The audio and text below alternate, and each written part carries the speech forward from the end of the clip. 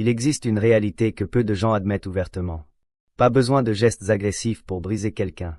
Inutile de hausser le ton ou de lancer des hostilités. Un simple coup d'œil ambigu, une pause qui pèse comme un fardeau, un éloignement qui dévore tout doucement suffisent.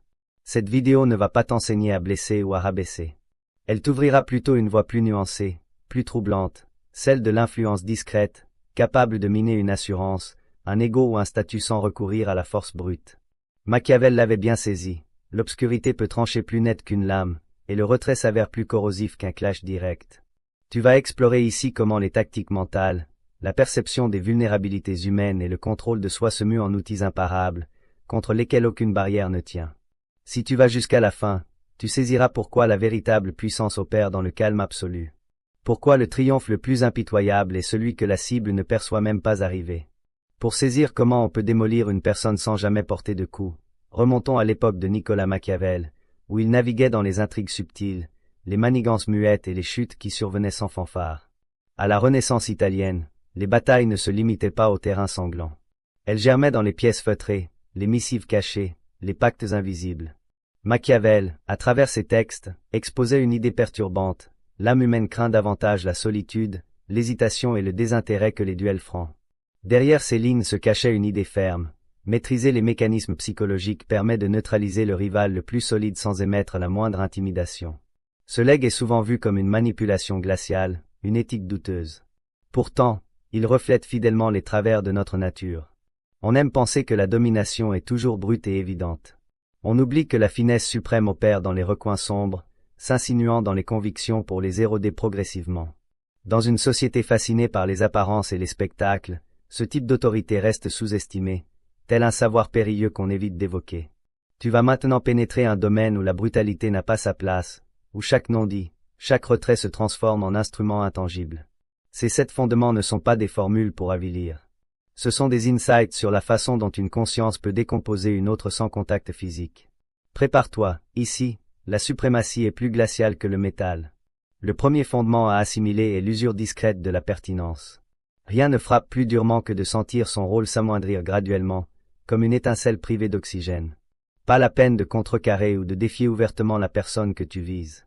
Il suffit de soustraire peu à peu l'approbation, de réduire les retours sur ses déclarations, d'arrêter de nourrir l'arène où elle se sent essentielle. L'humain est avide de validation.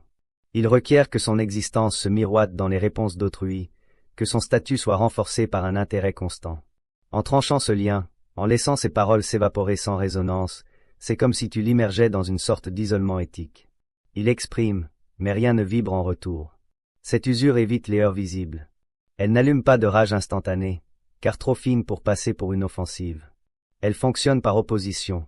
Le regard s'assombrit jour après jour, l'attention se fait courtoise mais lointaine, l'espace qu'il tenait dans tes préoccupations s'effrite.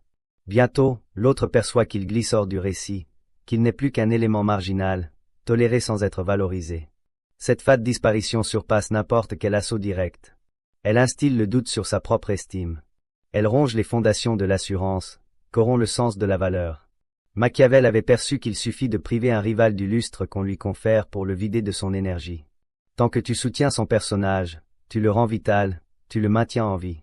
Mais en optant pour un éloignement subtil, tu éteins progressivement la lueur qui le définit. Dans ces ténèbres, c'est son arrogance qui s'autodétruit, sans que tu puisses être blâmé pour un combat. Le deuxième fondement à examiner est le trouble orchestré. Pour neutraliser sans assaut, il faut planter une incertitude qui s'alimente seule, un chaos interne invisible qui dévore chaque conviction. Le trouble orchestré débute par de légères incohérences, des pauses là où l'on attend un accord, des expressions qui insinuent une connaissance cachée. C'est une pression douce au départ, presque insaisissable, une phrase teintée d'une intonation inhabituelle, une réplique qui tarde, une réserve qui suggère un secret hors de portée. Ce fondement terrifie parce qu'il n'offre aucune accroche. Tu n'affirmes rien, tu n'avances rien. Tu permets simplement à l'esprit adverse de combler les blancs avec ses appréhensions et ses spéculations les plus destructrices. Plus il pousse pour éclaircir, plus tu maintiens le flou, tel un voile qu'il ne dissipera jamais. Le trouble orchestré est une autorité presque immaculée. Il ne repose sur aucun débat, n'exige aucune preuve. Il creuse un fossé dans la vision des choses, un décalage entre ce qu'il croit et ce qu'il presse, entre ses affirmations et ses intuitions. Dans ce creux, sa foi se dissout. Son aplomb devient une enveloppe fragile. Machiavel notait que l'illusion surpasse la coercition, car elle pousse l'opposant à s'auto-saboter. En dominant cet art, tu n'as plus à élever la voix ni à afficher ta prééminence. C'est l'autre qui s'égare dans ses propres dédales. Il quête des indices, des assurances, mais ne trouve que l'instabilité et le sentiment de terrain mouvant. Progressivement, cette ambiguïté devient son point faible majeur. Le troisième fondement à mettre en œuvre est la suppression sélective de l'intérêt. L'humain tolère la désapprobation, il absorbe les oppositions, car elles confirment au moins son existence, son poids suffisant pour générer du dissentiment. Mais le désintérêt frappe plus finement. Il prive l'autre de l'air vital de sa signification. La suppression sélective n'est pas un abandon global. C'est un choix précis de ce que tu négliges et de ce que tu endures. Tu ignores certaines déclarations sans riposte. Tu évites le regard quand il cherche une confirmation. Tu accordes ton oreille au tiers pour accentuer le contraste. Cette approche n'est pas de l'animosité. Elle évoque une courtoisie distante. Tu n'offensives pas, tu ne contredis pas, tu fais juste s'évaporer l'intérêt qui sustentait sa posture. C'est un effacement croissant qui agit comme une aridité. Le rival se voit dépourvu de l'estime qui maintenait son sentiment d'utilité. Il tentera d'éveiller une réponse, même hostile. Et plus il s'agite, plus tu demeures paisible, statique, là sans être accessible. Machiavel savait que la faille suprême d'une personne est son craving d'être vu, écouté, intégré aux échanges. En lui refusant cette sustenance mentale, tu le confrontes à un vide intolérable, l'absence de signes qu'il importe encore. C'est une déliquescence progressive, car sans agression flagrante à dénoncer. Elle mime un oubli spontané, mais c'est en fait une rigueur appliquée. Chaque pause, chaque œillade évité rappelle sa transparence grandissante. Dans cette invisibilité, il commence à s'interroger sur lui-même, à traquer un reflet absent. Ainsi, sans brutalité, tu le fais s'écrouler. Le quatrième fondement à employer est le reflet impitoyable. Il va au-delà du simple retrait d'attention. Tu renvoies à l'autre ce qu'il appréhende le plus, ses incohérences et fragilités qu'il masque avec soin. Le reflet impitoyable est une méthode fine qui évite les blâmes ou accusations. Tu deviens un écho muet. Tu scrutes avec une netteté qui neutralise. Tu laisses transparaître que tu discernes plus qu'il n'avoue.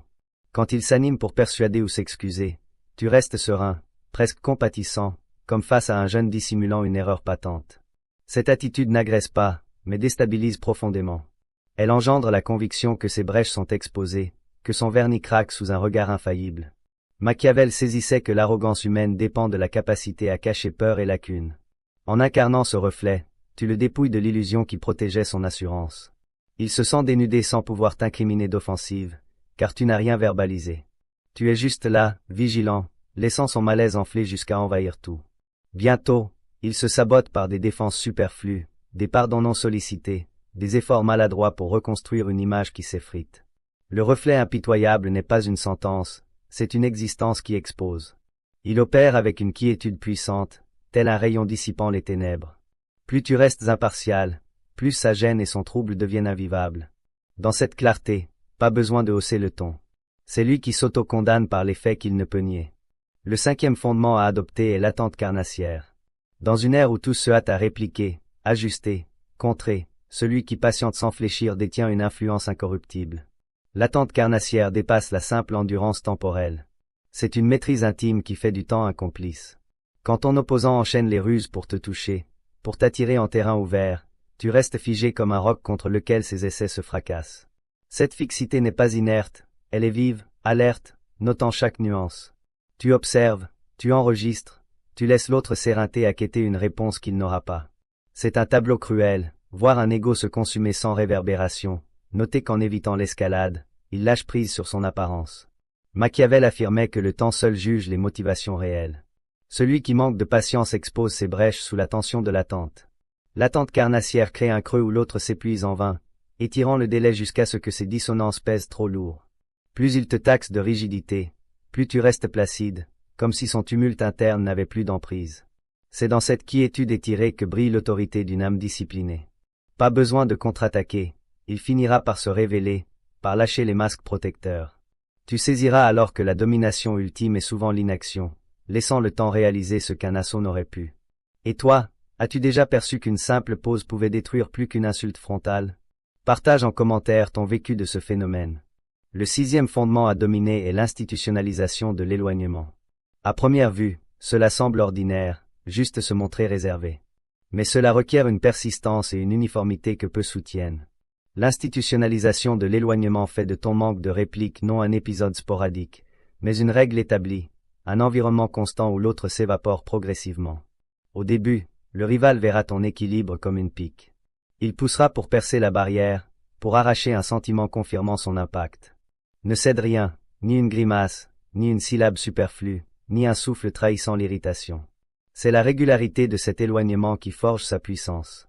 L'autre réalise peu à peu que ce n'est pas du bluff, que ce creux est la seule issue désormais.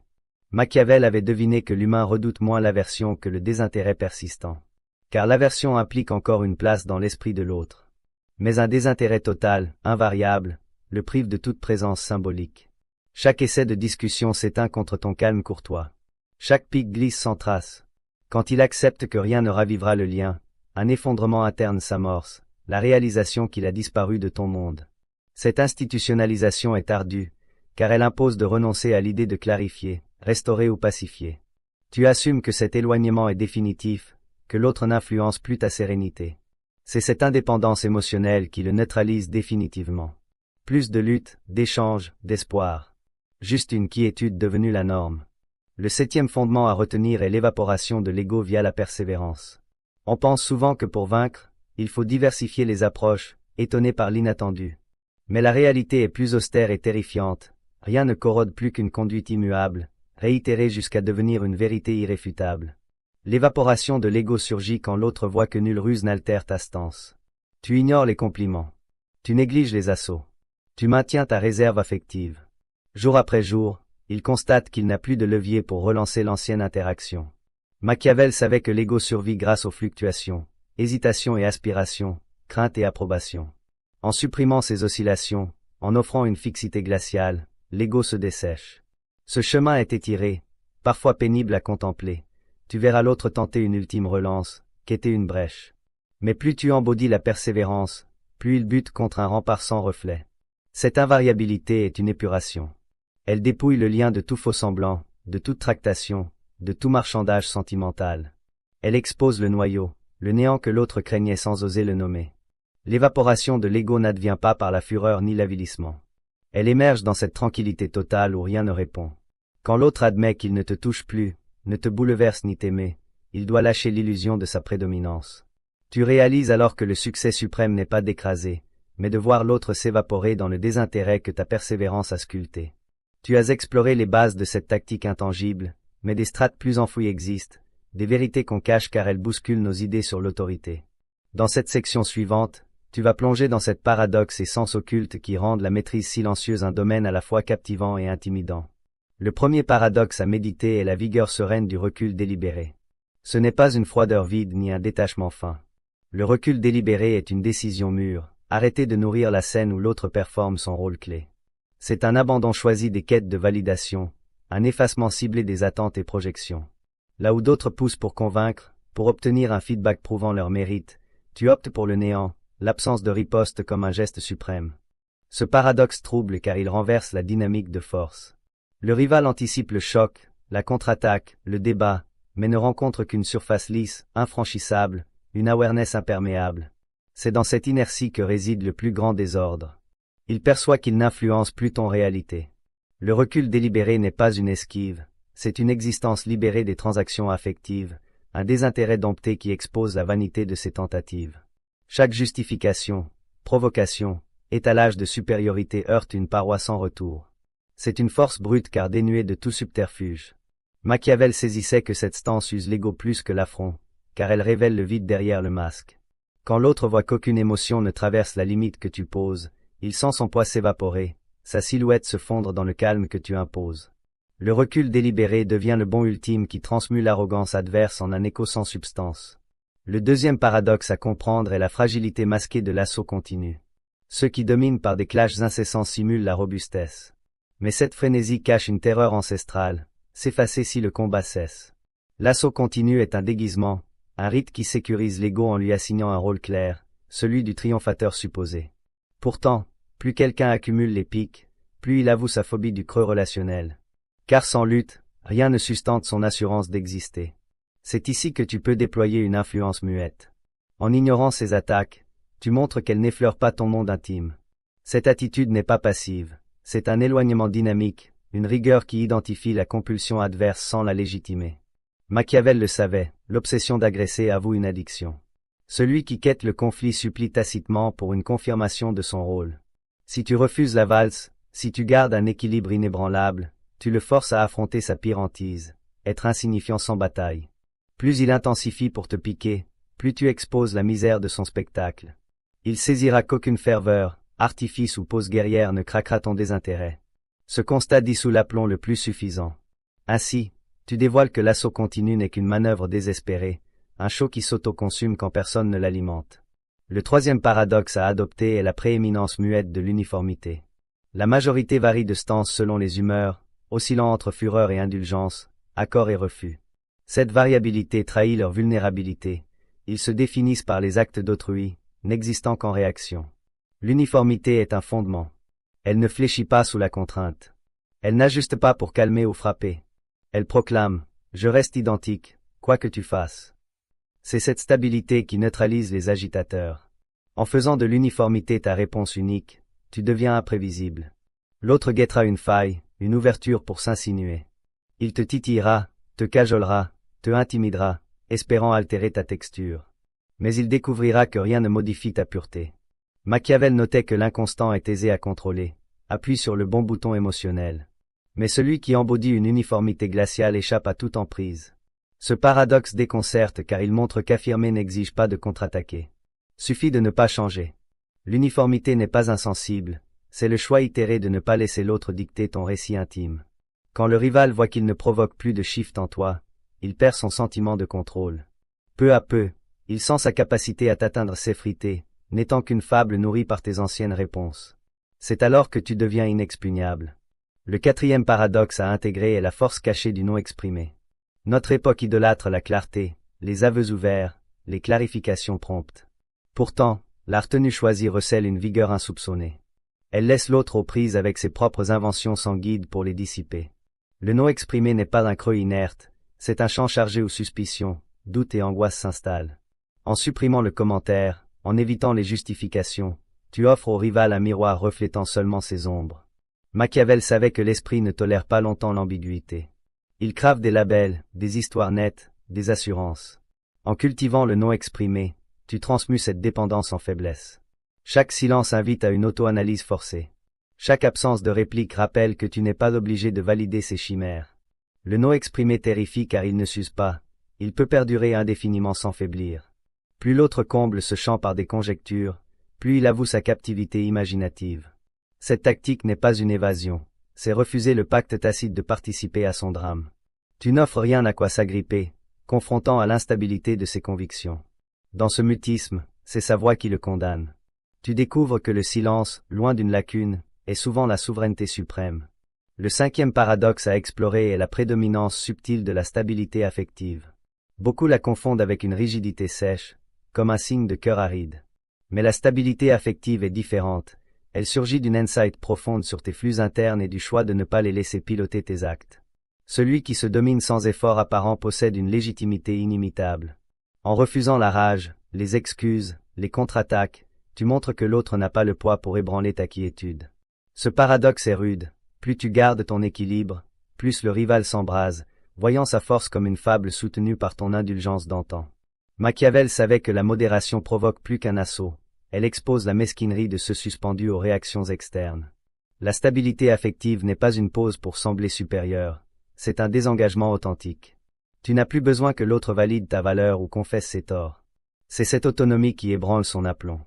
Il guette un signe de perturbation, une brèche prouvant son impact, mais tu n'offres rien.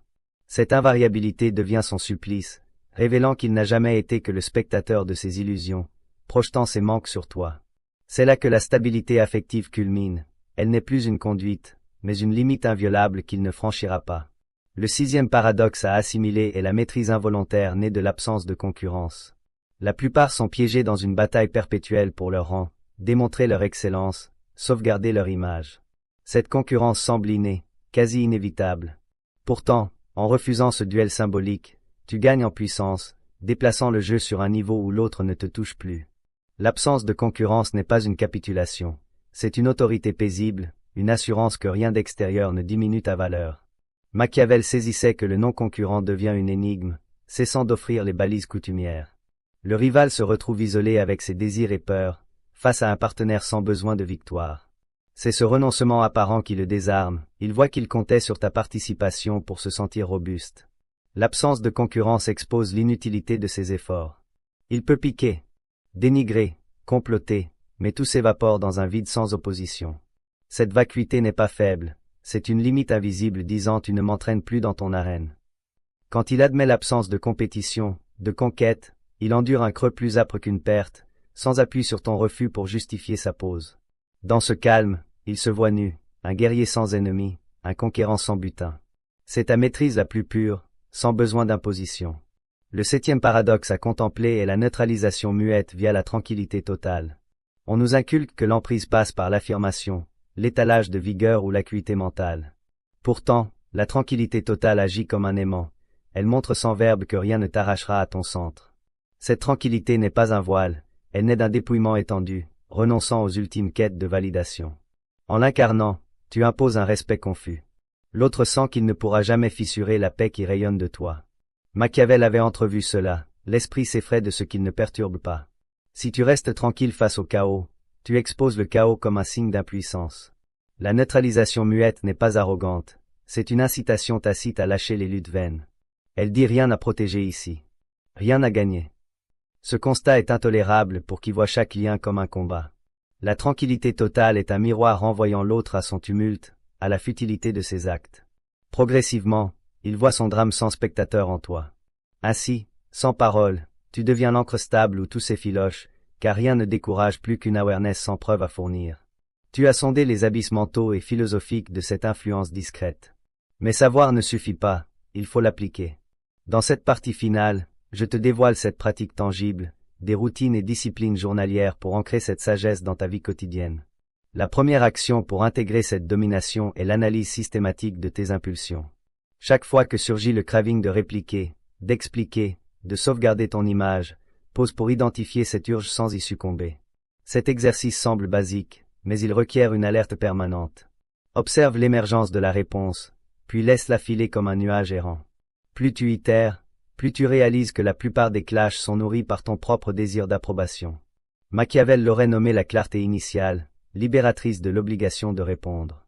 C'est dans l'intervalle entre pique et riposte que réside ta plus grande autonomie. Car rien ne neutralise plus qu'un individu contenant son premier mouvement, refusant le show attendu. Cette habileté est une pratique, exerce-la quotidiennement dans les échanges triviaux comme les tensions vives. Bientôt, ton silence n'est plus un manque, il devient un discours suprême. La deuxième action pour fortifier ton noyau est la formation au retrait ciblé. Pas question de t'isoler du monde ni d'ignorer tes sentiments, mais de sélectionner ce qui mérite ton focus et ce qui doit ricocher comme l'eau sur le granit. À chaque mot, blâme ou sous-entendu qui t'effleure, interroge son impact réel, élève-t-il ou reflète-t-il juste les manques d'autrui. Cette routine te demande de ne plus laisser les avis externes définir ta valeur. Tu verras que la plupart des offensives sont des appels masqués à la validation, des tentatives pour t'attirer en terrain rival non choisi. Machiavel dirait que qui ne filtre pas ce qui entre en sa conscience devient captif des agendas étrangers. En appliquant ce filtre clair, tu deviens un domaine fermé. Les pics se cassent sur ton discernement, et le rival perçoit que nul geste n'aura d'effet sans ta volonté de répondre. La troisième action pour enraciner cette autorité muette est la ritualisation du mutisme dynamique. Se taire par fierté ou dédain ne suffit pas. Transforme le mutisme en espace conscient, un choix réitéré affirmant ta liberté. Chaque jour, dédie des moments à écouter sans couper, sans noter, sans influencer le flux adverse. Observe ce qui advient quand tu retires tout contrôle. Tu verras que beaucoup parlent pour susciter une réaction, comme si ton accord était leur reflet. En tenant ce mutisme dynamique, tu refuses cette validation tacite. Machiavel saisissait que l'humain craint plus l'assentiment absent, privant l'ego de sustenance. Ce rite demande du cran, tu seras tenté d'expliquer ton équilibre ou justifier ton retrait. Résiste. Chaque mutisme assumé sans remords bâtit ton autorité intime. Quand l'autre bute contre cette existence silencieuse, il voit l'absence de levier. La quatrième action pour ériger une forteresse mentale imprenable est la construction d'un sanctuaire intérieur. Cet espace refuse toute parole, intention ou tension sans ton aval. Pour le forger, distingue ce qui t'appartient de ce qui ne l'est pas, les terreurs, verdicts, inventions que l'autre dépose en toi. À chaque blâme ou critique, pose, est-ce une réalité me concernant, ou une fable sur lui. Ce tri libère. Il permet aux fardeaux affectifs de s'échouer sans toucher ton cœur. Machiavel dirait que la vraie vigueur est refuser la contamination par les vues externes. Cette action n'est pas une esquive, c'est un enracinement. En reconnaissant ta paix comme sacrée, tu n'offres plus de prise, découvrant qu'aucune domination n'est plus ferme que celle sans conquête. La 5e action pour sceller cette vigueur sereine est la pratique de la réplique reportée. Dans un monde obsédé par l'instantané, choisis de suspendre ton jugement, évitant réponse immédiate. Quand l'autre attend défense ou contre, laisse le temps couler pour recentrer. Ce délai est sacré, il discerne si ta réponse naît de peur, arrogance ou insight vrai. Machiavel notait que la hâte empoisonne les esprits soumis. La réplique reportée est le remède, elle prouve que tu n'es pas otage des urgences sentimentales. Plus tu exerces, plus tu observes la machine adverse sans obligation de joindre. Il verra que nulle pression ne force ton tempo intime. C'est dans cette délibérée lenteur que réside la déstabilisation suprême. Tu décides seul du quand et comment de ta voix. La 6e action pour consolider ta souveraineté intime est l'art de l'existence détachée. Être là ne signifie pas s'impliquer affectivement dans tout. C'est offrir une écoute claire sans absorption. Écoute pleinement sans corriger, sans craving de persuader ou modeler. Cette écoute neutralise car elle montre que tu n'as rien à gagner ou perdre. Machiavel savait que l'emprise réelle n'est pas domination active, elle naît du contraste entre ego agité et conscience stable. L'existence détachée est un sol où l'autre expose ses dissonances sans résistance à exploiter. Elle requiert une rigueur constante, refuser de faire de l'échange un enjeu personnel. Tu notes ce qui se joue, accueilles sans t'identifier. Dans ce retrait paisible, tu montres sans mots qu'aucun discours ne trouble ton noyau. La 7e action pour clore cette métamorphose est l'hommage privé au néant. Ce néant est l'espace volontaire entre toi et le besoin d'être saisi, validé, reconnu. Pas de rigidité, mais un éloignement éclairé, l'assurance que ta valeur n'exige pas de témoin. À chaque tentation de combler par explication ou étalage, respire et souviens, ce silence est ton complice. Machiavel dirait que l'ego se sustente de justification comme feu de bois sec. Retire le fioul, il s'éteint. L'hommage au néant honore cet espace comme maturité. Tu n'as plus besoin d'autrui pour confirmer ce que tu sais. En Y habituant, tu trouves non le manque, mais l'autonomie. Dans ce creux serein, l'autre voit son emprise nulle, car tu n'attends rien. C'est l'autorité la plus pure, indépendante de quiconque. Tu as navigué un domaine souvent évité, où la robustesse émerge non de la fureur, mais d'une existence inflexible. Tu as vu que le mutisme peut trancher plus que la rage, que le recul délibéré est un outil imprévu. Tu as saisi qu'il y a une emprise sans faste, tissée dans la stabilité, l'attente et l'absence de concurrence. Machiavel l'avait anticipé, l'autorité réelle n'est pas ostentatoire, mais insoupçonnée. Elle naît de choix minimes, de routines qui rejettent le chaos ambiant. En appliquant ces actions, tu verras s'estomper le craving d'être entendu, de persuader, de démontrer. Dans cet éloignement, un nouveau champ s'ouvre, une quiétude sans besoin d'opposants. Au final, ce que tu vises n'est pas pulvériser l'autre, mais reconquérir ta souveraineté intime. Tu découvriras que le vrai succès n'écrase pas, il libère. Libre de scénarios prévisibles, libre des oui mais projections de ce qu'étant ton aval ou ton échec. Cette liberté coûte, abandonner l'illusion de changer les vues d'autrui, accepter jugement, sous-estimation, diffamation sans rectifier. C'est là la vigueur rare, affirmée en silence, sans spectateur, sans prix, sans éclat. Souviens-toi, la tranquillité totale révèle comme un projecteur. Elle dénude masque, simulacre de force, pose instable. Elle montre que sans l'écho des clashs, reste-soi face à ces dissonances. En chérissant ce néant, tu n'es plus exposé. Tu deviens un domaine sans limite où rien n'entre sans aval. C'est cette domination paisible qui te rend inattaquable. Je t'encourage à ruminer ces fondements, à les tester un par un sans hâte. Note comment ne pas répliquer, ne pas réagir, ne pas concurrencer altère tes liens. Vois l'agitation des assaillants se défaire sans prise sur ta awareness. Surtout, savoure ce shift, signe que tu n'es plus captif des attentes externes. Tu es l'artisan de ta sérénité. Si cette plongée t'a motivé, abonne-toi à la chaîne, like la vidéo et partage avec ceux cherchant à reprendre leur autonomie intime. Peut-être créerons-nous un lieu où la robustesse s'affirme par insight et stabilité, non par brutalité. Et si tu veux, commente, que dévoile vraiment le silence sur nous. Ta réflexion pourrait t'ouvrir sur une vérité plus ample que les triomphes évidents.